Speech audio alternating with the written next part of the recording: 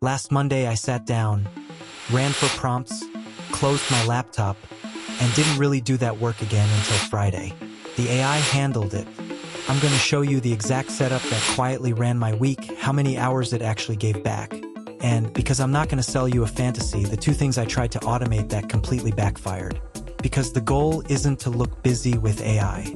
It's to disappear from the boring work entirely. Here's the uncomfortable truth about most of our weeks. The majority of what we do isn't thinking or creating.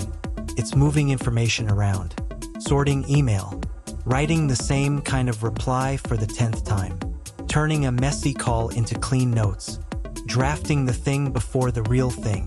Feels like work, so we don't question it. But none of it needs you specifically. It needs a decision and a format. And that is exactly what AI eats for breakfast. The problem was never that this stuff is hard. It's that it's tedious, it's constant, and it quietly swallows the hours you'd rather spend on the work that actually matters. So I asked, what if I just stopped doing the moving information part? Quick honesty check. I'm not a developer, I didn't write code, and this isn't an ad for some tool.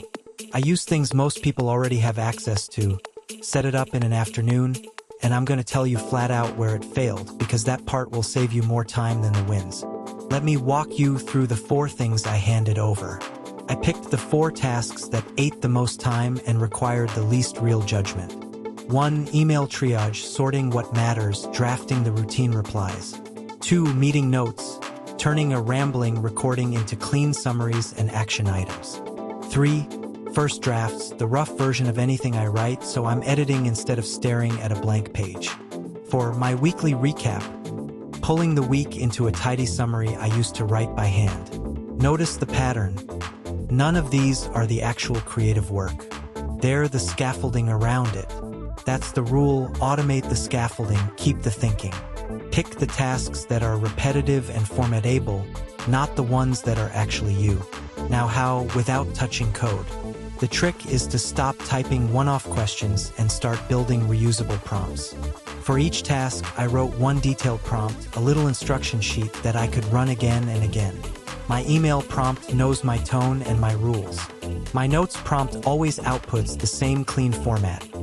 Summary, decisions, action items. Once a prompt is good, you never write it again, you just feed it new input. That's the whole secret. People treat AI like a search box you retype every time. Treat it like a set of tools you build once and reuse forever, and the time savings compound. I keep these saved in one document. Monday morning, I run them. That's the 4 prompts and close the laptop part. So, the real numbers and the failures, because this is the important part. It gave back roughly 6 hours a week.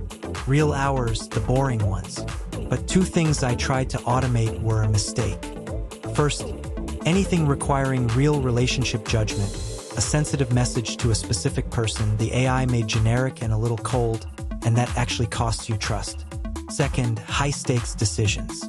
It's a brilliant drafter and a terrible decider. When I let it make a call instead of a draft, I had to redo the work, which is slower than if I'd just done it myself. The lesson: automate the draft, keep the decision. Automate the format, keep the relationship.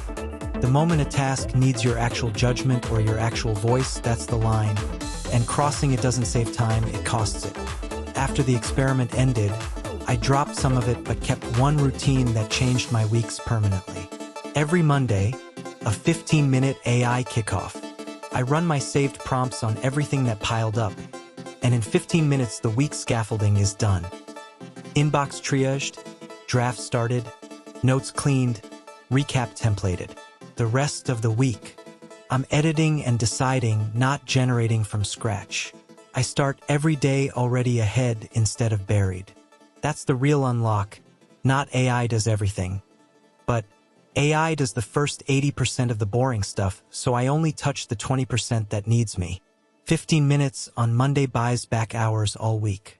And unlike a productivity hack you abandon, this one sticks because it's less work, not more discipline. So that's how I closed my laptop Monday and let the week run. For prompts, built once, reused forever, automating the scaffolding, never the judgment. The hours it gave back were real, and the things it got wrong taught me exactly where the line is.